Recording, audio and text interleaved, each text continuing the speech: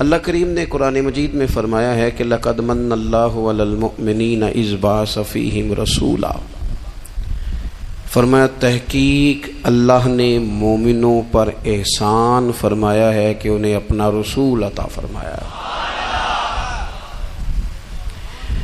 اس کا صرف ترجمہ کبھی بندے کی سمجھ میں آ جائے نا تو سارا میلاد اس کی سمجھ میں آ جاتا ہے۔ صرف اس آیت کا آسان سادہ ترجمہ اگر سمجھ لیا جائے کہ رب کہتا ہے میں نے احسان کیا تم پر، تمہیں اپنا رسول دے دیا ہے۔ وہ دو عالم کی رحمت ہیں، وہ جہاں چاہتے وہیں رہتے، یہ تو ان کی مہربانی ہے کہ یہ عالم پسند آیا۔ نبی پاک صلی اللہ تعالی علیہ وسلم ہمارے اوپر رب کا سب سے بڑا احسان ہے، اور اللہ تبارک و تعالیٰ نے سسکتی، تڑپتی، بے چین، پریشان، تکلیف میں مبتلا اپنی مخلوق پر رحم فرمایا اور رسول کریم عطا فرمائے۔ نبی پاک صلی اللہ تعالی علیہ وسلم کی تشریف آوری نے ایک ایک ذرے پر احسان کیا، حضور سے ایک ایک نگر، ایک ایک پتا فیضیاب ہوا، لیکن بعض چیزیں ایسی ہیں جنہیں خصوصی طور پر سرکار نے نوازا، بعض معاملات پر خاص کرم نوازی حضور نے فرمائی۔ ایک اہم مسئلہ ہے عقیدے کا مسئلہ۔ جس بندے کا کوئی عقیدہ نہیں نہ ہوتا، کوئی نظریہ نہیں ہوتا، کوئی اس شخص کا خاص مزاج نہیں ہوتا سمجھنے والا، ماننے والا، وہ بندہ بھی بیچارہ کوئی زندگی کا لطف نہیں اٹھا پاتا۔ اس کا کوئی نظریہ ہی نہیں ہے، کوئی سوچ ہی نہیں ہے، کوئی اس کی فکر ہی نہیں ہے اس نے کس طرف جانا ہے۔ عقیدہ نہ ہو بندے کا، یعنی دنیا میں معاذ اللہ کچھ ایسے لوگ پائے جاتے ہیں جو سرے سے اللہ تعالیٰ کوئی نہیں مانتے، زندگی کیسے گزرے گی؟ وہ اپنی توجہات کا قبلہ کسے بنائیں گے؟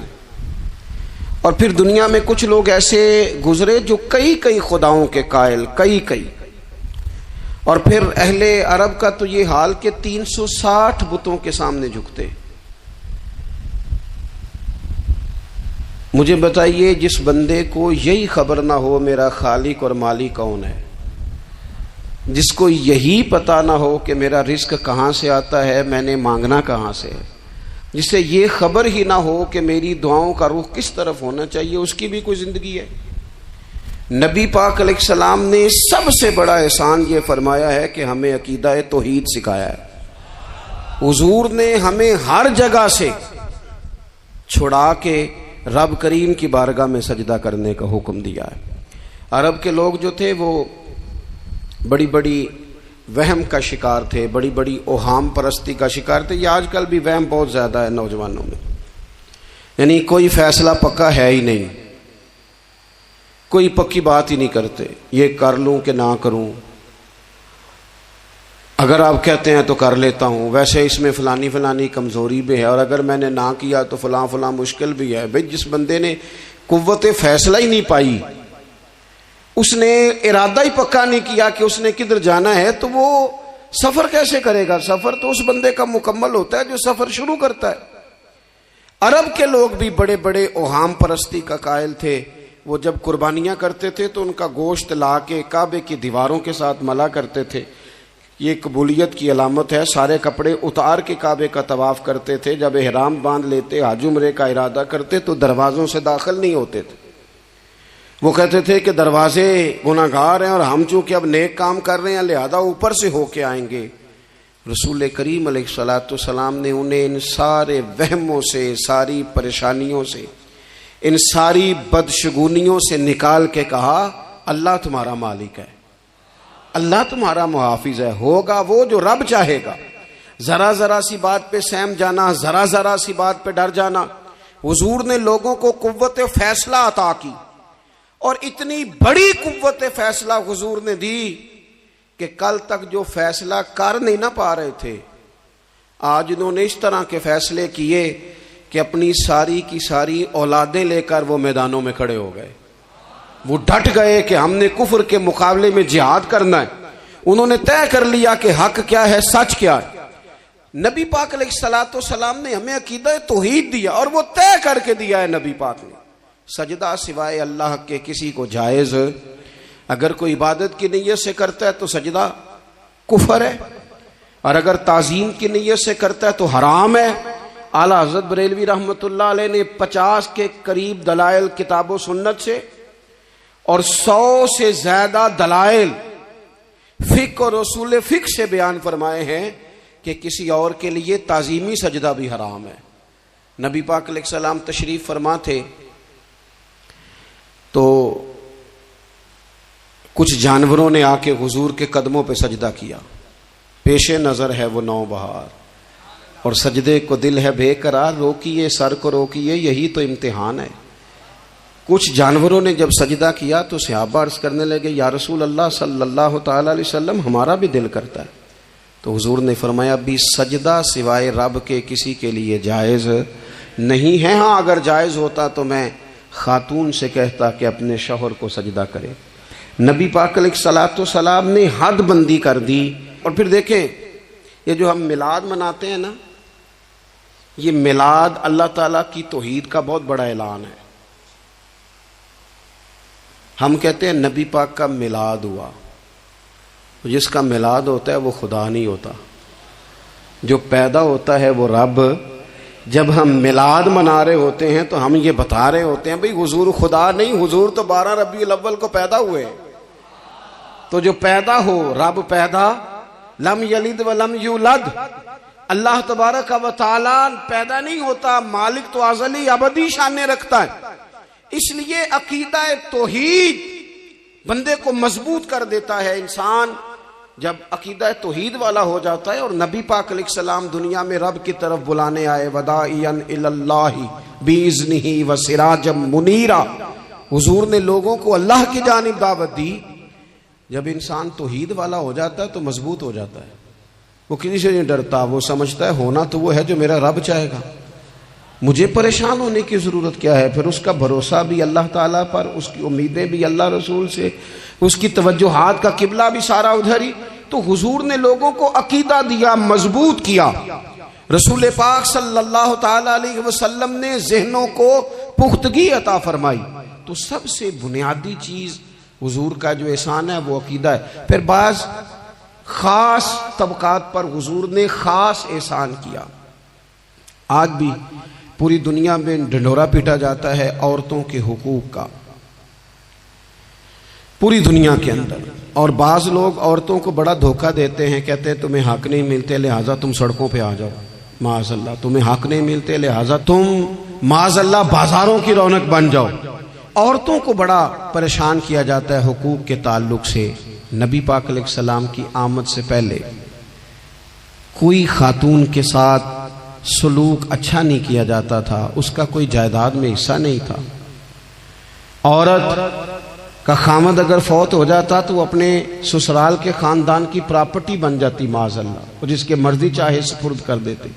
ہندوستان کے بعض علاقوں میں ایسی کبھی رسمیں بھی پائی جاتی تھی کہ بعض عورتیں اپنے خامد کے ساتھ جل جانا مناسب سمجھتی تھی کہ بعد میں کوئی زندگی تو ہوگی نہیں، اور بیوہ خاتون اور طلاق یافتہ خاتون، اس کے بارے میں تو لوگوں کا خیال تھا کہ شاید یہ خاتون بالکل سوسائٹی اور سماج کا حصہ ہی نہیں ہونی چاہیے۔ قربان جائیں، یہ اعزاز میرے نبی پاک نے دیا ہے۔ حضور نے پہلی شادی ہی اس خاتون سے کی ہے جن کا پہلے بھی نکاح ہو چکا تھا، اور خاتون کو حضور نے حقوق دیے، جائیداد میں حصہ دیا۔ کہا جو بیٹیوں کی بہنوں کی پرورش کر کے آئے گا اور اچھی پرورش کر کے انہیں روانہ کر دے گا، جس طرح میری 2 انگلیاں جڑی ہوئی ہیں میرے ساتھ جڑ کے جنت میں جائے گا۔ اور ایک روایت میں فرمایا کہ جب کسی کے ہاں بیٹی پیدا ہوتی ہے نا تو اللہ فرشتوں کو بھیجتا ہے، اور وہ اس کے گرد کھڑے ہو جاتے ہیں اور گھر والوں کو سلام کہتے ہیں، اور کہتے ہیں یہ ضعیفہ ایک ضعیفہ سے پیدا ہوئی ہے، یہ کمزور، یعنی صنف کے لحاظ سے کمزور نازک بچی ایک نازک ماں سے پیدا ہوئی ہے۔ فرشتے کہتے ہیں جو اس کی پرورش کرے گا نا، اللہ قیامت تک اس کی مدد کرے گا، اس کی ہمیشہ مدد ہوتی رہے۔ اور نبی پاک صلی اللہ تعالی علیہ وسلم کی خدمت میں آ کے جب خواتین نے کہا تھا نا یا رسول اللہ ہمارے تو دین دنیا کے معاملات میں مردوں کے تعلق سے کمزوری ہے، کئی دن تو ہم ویسے نماز نہیں پڑھ سکتی مہینے میں، کئی دن تو ہم ویسے عبادات کے قریب نہیں جا سکتی، جہاد پہ ہم نہیں جاتی، گواہی ہماری مردوں کے برابر نہیں، تو یا رسول اللہ صلی اللہ علیہ وسلم ہمارا بھی کوئی اعزاز ہے؟ تو حضور نے فرمایا جب کوئی خاتون حاملہ ہوتی ہے نا تو اللہ اسے اتنا ہی ثواب دیتا ہے جتنا جہاد کرنے والے کو ثواب دیتا ہے، اور جب بچہ پیدا ہوتا ہے تو اللہ تعالیٰ اسے شہادت کا درجہ عطا کرتا ہے، اور جب وہ بچوں کو دودھ پلاتی ہے تو رب اسے غلام آزاد کرنے کا ثواب عطا کرتا ہے۔ ایک دفعہ نا نبی پاک صلی اللہ تعالی علیہ وسلم کی خدمت عالی مرتبت میں حضرت عائشہ صدیقہ رضی اللہ تعالی عنہ نے ایک واقعہ عرض کی حضور آج میرے ساتھ عجیب معاملہ ہوا، میں گھر میں اکیلی تھی تو ایک خاتون 2 بیٹیوں سمیت آئی، اس نے کہا کہ میں بھی بھوکی ہوں، میری بیٹیاں بھی پریشان ہیں، کھانا نہیں کھایا۔ سیدہ پاک کہتی ہیں یا رسول اللہ میرے پاس بھی 3 کھجوریں تھیں گھر میں پڑی، یہ 2 جہاں کے شاہ ہیں پر پاس کچھ رکھتے نہیں، اور 2 جہاں کی نعمتیں ہیں ان کے خالی ہاتھ میں۔ فرماتی ہیں وہ 3 کھجوریں میں نے ان 3 ماں بیٹیوں کو دے دی، ماں نے پہلے ایک کھجور دونوں بیٹیوں کو دی، پھر بچیاں وہ کھجور کھا کے ماں کی طرف دیکھنے لگی تو جو کھجور ماں کے پاس تھی اماں نے اس کے بھی 2 حصے کر کے بیٹیوں میں بانٹ دیے۔ حضرت عائشہ عرض کرنے لگی یا رسول اللہ میں نے یہ بڑا نرالا رنگ دیکھا ہے، ماں کا اپنے بچوں سے پیار کا انداز۔ تو حضور نے کیا فرمایا؟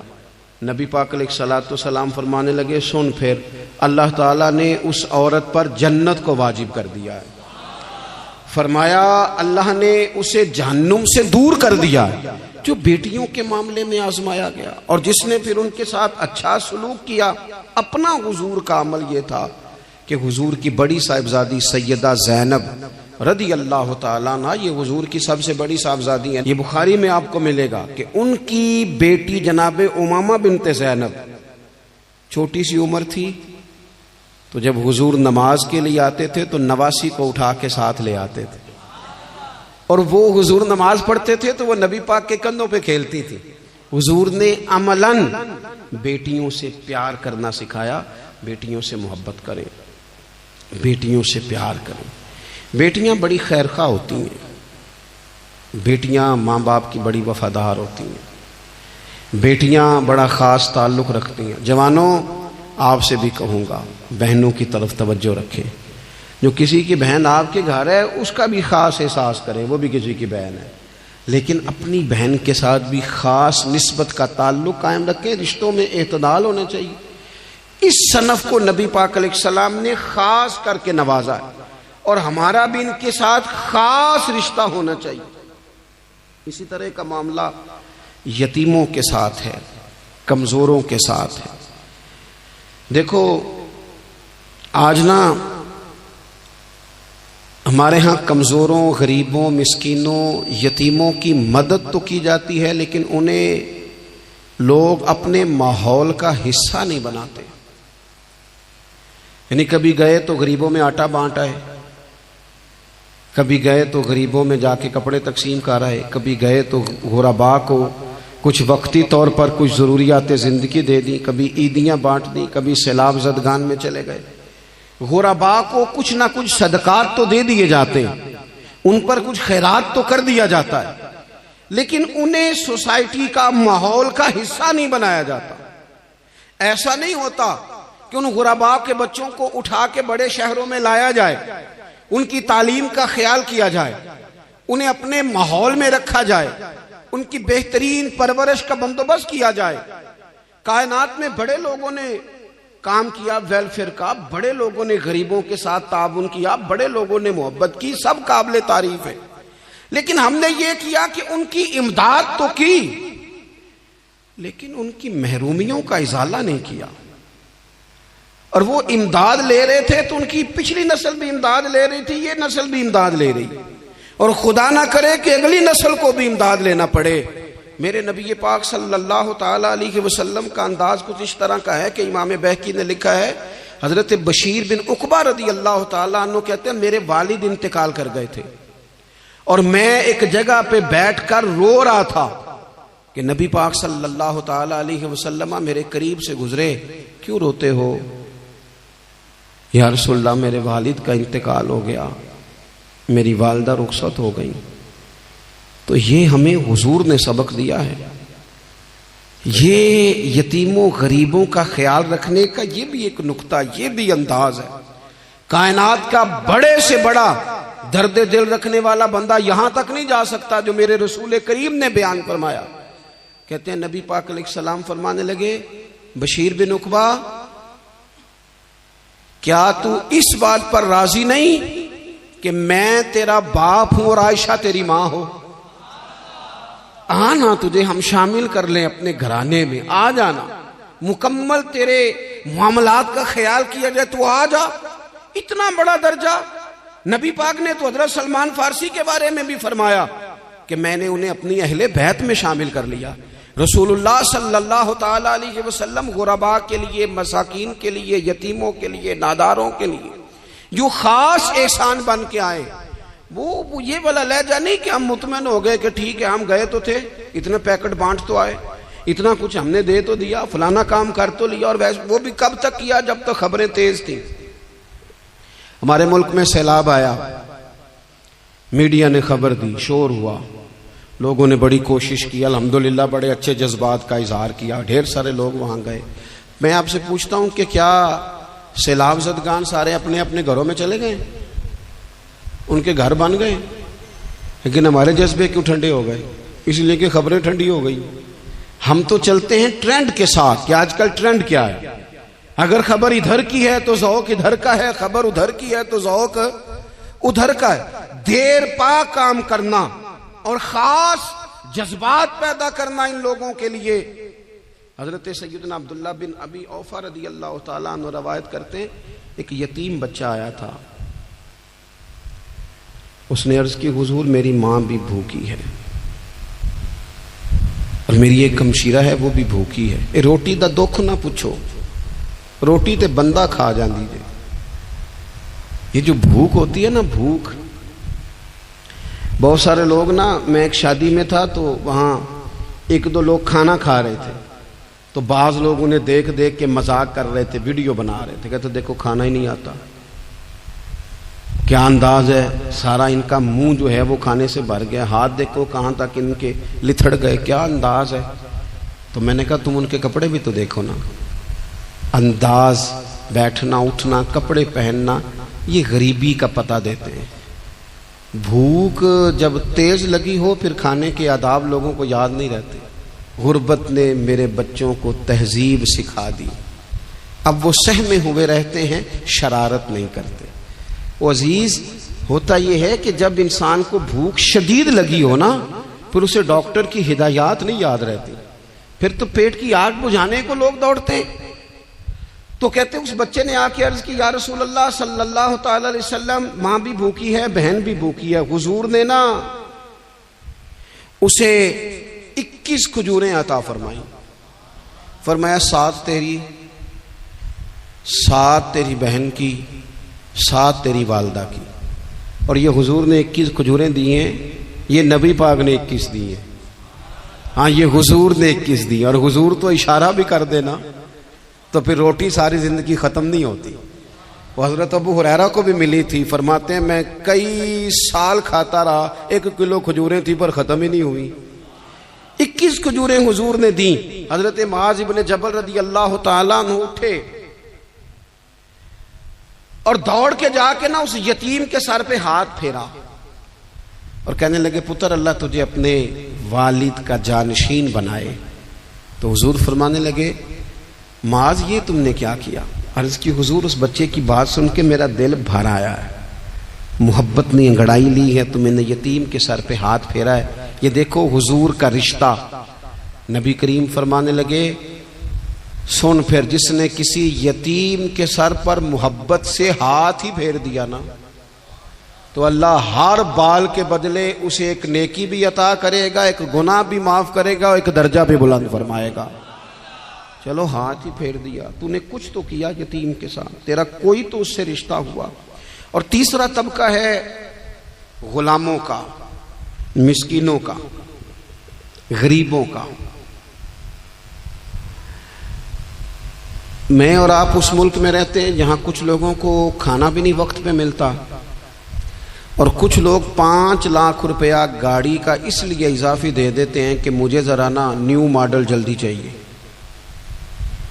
یعنی ایک طرف ملک کی حالت یہ ہے کہ بعض لوگوں کے پاس پیسے نہیں ہیں کہ بچوں کی فیس بھر سکیں، لیکن دوسری طرف حال یہ ہے کہ نئے ماڈل کا موبائل اگر مارکیٹ میں آتا ہے تو وہ ختم ہو جاتا ہے، ملتا ہی نہیں، وہ شارٹ ہو جاتا ہے۔ کچھ لوگوں نے اس طرح کیا ہے کہ انہوں نے یہ سمجھا ہے کہ دولت شاید موج کرنے کے لیے ہمیں دی گئی ہے، ہم طرح طرح کے کھانے کھائیں، طرح طرح سے چیزیں اوڑیں، طرح طرح کے معاملات کریں۔ انہوں نے یہ طے کر لیا ہے۔ اس کا نقصان کیا ہوا ہے؟ اس کا نقصان یہ ہوا ہے کہ کچھ لوگ غربت کی سطح سے نیچے آ گئے ہیں بیچارے۔ نبی پاک کا جو احسان ان غریب لوگوں پر ہے، حضور علیہ السلام کے پاس نا حضرت عبداللہ ابن عمر روایت کرتے ہیں اور طبرانی میں موجود ہے، حضور کے پاس نا 10 دینار تھے۔ ہمارے پاس بھی پیسے ہوتے ہیں نا،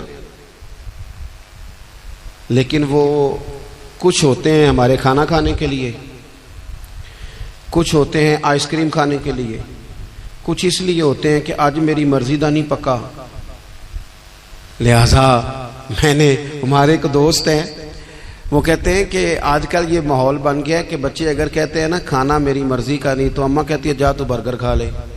کہتے ہیں ہمارے دور میں یوں نہیں ہوتا تھا، اگر ہم کہتے تھے نا کھانا میری مرضی کا نہیں تو پھر ہمیں ڈبل چیز کھانے کو ملتی تھی، ایک مار بھی کھانا پڑتی تھی اور وہ کھانا بھی کھانا پڑتا تھا۔ اور پھر کچھ پیسہ لوگوں نے صرف اس لیے سنبھال کے رکھا ہوا ہے کہ جو اضافی چیزیں ہیں نا، اضافی، میرا ویسے تجربہ نہیں ہے اور نہ میں نے زیادہ گہرائی سے دیکھا ہے، بس مجھے بتایا گیا ہے، اور پتہ نہیں اب بات درست ہے کہ نہیں، مجھے بتایا گیا ہے کہ پہلے لڑکیاں بیوٹی پارلر جاتی تھی، اب سنا لڑکے بھی جاتے ہیں۔ اب خدا جانے یہ بات سچ ہے کہ غلط ہے۔ یہ جو اضافی اخراجات ہیں نا، یہ اگر ہم تھوڑے سمیٹ لیں، یعنی مولا علی شیر خدا کرم اللہ تعالی وجہہ الکریم مزدوری کر کے نکلے تو 2 کلو کھجوریں تھیں، حضور بس فرمانے لگے 1 کلو میرے بچے کھائیں گے اور کلو مدینے کے غریب بچے کھائیں گے، یعنی کل 2 کلو ظاہری طور پر کھجوریں ہیں، اس میں بھی دوسروں کا حصہ۔ ہمارے پاس جو مال آتا ہے اگر تھوڑا سا نا ہم اسے یہ نہ سمجھ لیں کہ میرا ہی حق ہے، کسی کو اس میں سے ایک لقمہ بھی نہیں ملنا چاہیے، اگر ہم تھوڑا سا نا دل کشادہ کریں تو 3 لوگوں کا کھانا 4 بھی کھا سکتے ہیں، 4 کا کھانا 5 بھی کھا سکتے ہیں، 6 کا کھانا 7 کا کھانا 10 بھی کھا سکتے ہیں۔ شرط یہ ہے کہ دل کشادہ ہو، دل دریات سمندروں ڈونگے کون دلاں دیا جانے، تھوڑی سی نا کشادگی پیدا کی جائے۔ حضرت عبداللہ ابن عمر کہتے ہیں نبی کریم علیہ السلام کے پاس نا 10 دینار تھے، ویسے تو کائنات ہی میرے نبی کی مٹھی میں ہے، لیکن ظاہری طور پر 10 دینار تھے۔ حضور ایک دکان پہ گئے، 4 دینار کا حضور نے ایک جوڑا خریدا، کپڑے خریدے، وہ قمیض حضور نے پہنی تو ایک انصاری آگے بڑھ کے عرض کرنے لگے حضور میرا بڑا دل کر رہا ہے، یہ مجھے نہیں دے دیتے آپ؟ تو حضور خوش ہو گئے۔ یہ میرے محبوب کا دروازہ ہے کہ جب کوئی مانگتا ہے تو حضور خوش ہو جاتے ہیں۔ نبی کریم سے مانگا اس شخص نے تو حضور خوش ہو گئے، اور محبوب نے وہ کرتا وہ کپڑے اتار کے اس انصاری کو عطا کر دیے، اور 4 دینار کے اور خرید لیے، باقی بچے 2 دینار۔ نبی کریم وہ لے کے نکلے، رخصت ہوئے گھر جانے کے لیے، تو رستے میں خاتون کو روتے ہوئے دیکھا، حضور رک گئے، فرمایا کیوں رو رہی ہو؟ عرض کرنے لگی یا رسول اللہ صلی اللہ تعالی علیہ وسلم میں فلاں آدمی کی کنیز ہوں، نوکرانی ہوں، اس نے آٹا لینے بھیجا تھا 2 دینار کا، وہ 2 دینار گم ہو گئے، حضور نے 2 دینار اسے عطا کر دیے، وہ دیے تو پھر رو رہی تھی، فرمایا اب کیوں روتی ہو؟ کہنے لگی یا رسول اللہ ڈرتی ہوں دیر بڑی ہو گئی یا مار ہی نہ پڑے۔ تو حضور نے فرمایا چل نہ میں تیرے ساتھ چلتا ہوں۔ حضور ان کے گھر گئے، وہ اہل ایمان کا گھر تھا جن کی وہ کنیز تھی، جا کے کہا السلام علیکم، اندر سے جواب ہی نہیں آیا، پھر فرمایا السلام علیکم، کوئی جواب ہی نہیں آیا۔ محبوب کا طریقہ مبارکہ تھا 3 دفعہ دستک، پھر واپسی، تیسری دفعہ کہا السلام علیکم تو وہ سارے بول پڑے وعلیکم السلام یا رسول اللہ، حضور ماں باپ قربان۔ تو تو حضور فرمانے لگے میں نے پہلے بھی 2 دفعہ سلام لیا, بولا کوئی نہیں. کہا یا رسول اللہ اپنے نصیب تھے نا کہ ہم پہ سلامتیاں بھیج کون رہا, ہم نے سوچا ذرا 3 دفعہ مل جائے سلامتی, ذرا مل جائے نا. حضور سلامتی بھیج رہے ہیں تو آتی رہے نا.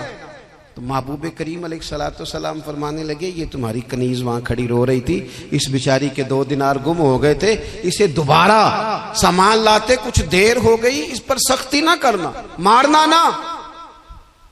غلام کہنے لگے حضور اس خاتون کے قربان جائیں جو ہمارے کریم رسول کو ہم جیسے غریبوں کے گھر تک لے آئی ہے, مارنا کیا, ہم اسے آزاد کرتے ہیں, یہ آزاد ہے اللہ کی رضا کے لیے. یہ دیکھو یہ میرے نبی پاک کا انداز ہے.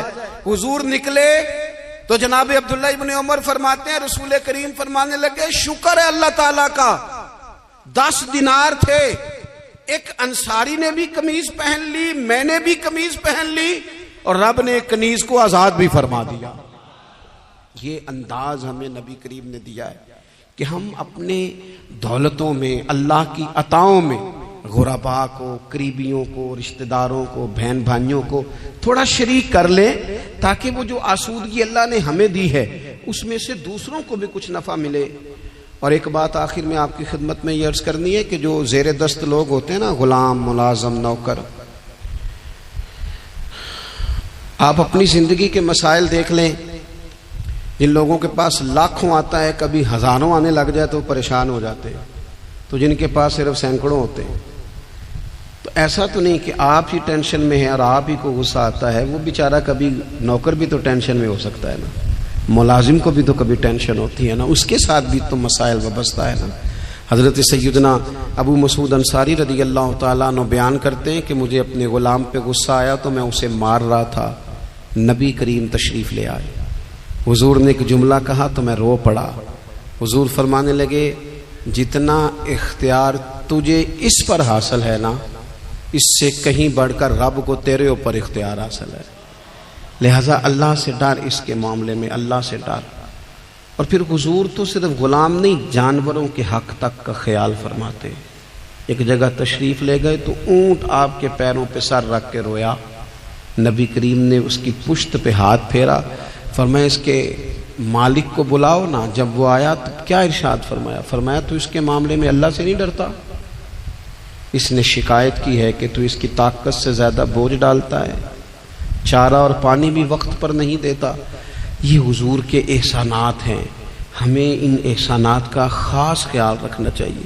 اور یہ جو ایام ہے عید میلاد النبی کے, ان ایام میں بالخصوص ہمیں غریبوں کے ساتھ, یتیموں کے ساتھ, بیواؤں کے ساتھ, مساکین کے ساتھ, لاچاروں کے ساتھ اس لحاظ سے زیادہ مدد کرنی چاہیے کہ میرے رسول پاک انہی کے لیے تو زیادہ رحمت بن کے آئے, انہی کا تو محبوب نے خیال زیادہ فرمایا, انہی کے بارے میں تو ہمیں تلقین زیادہ فرمائی. وہ اپنے پرائے کا غم کھانے والا, مرادیں غریبوں کی بر لانے والا, مصیبت میں غیروں کے کام آنے والا, وہ نبیوں میں رحمت لقب پانے والا. تو نبی پاک علیہ السلام کے غلاموں, یہ ہمیں سیکھنا ہے, اس پر ہمیں عمل کرنا ہے. اللہ کریم کی بارگاہ میں دعا ہے اللہ ہماری حاضری کو قبول فرمائے. آخر دعوانا ان الحمدللہ.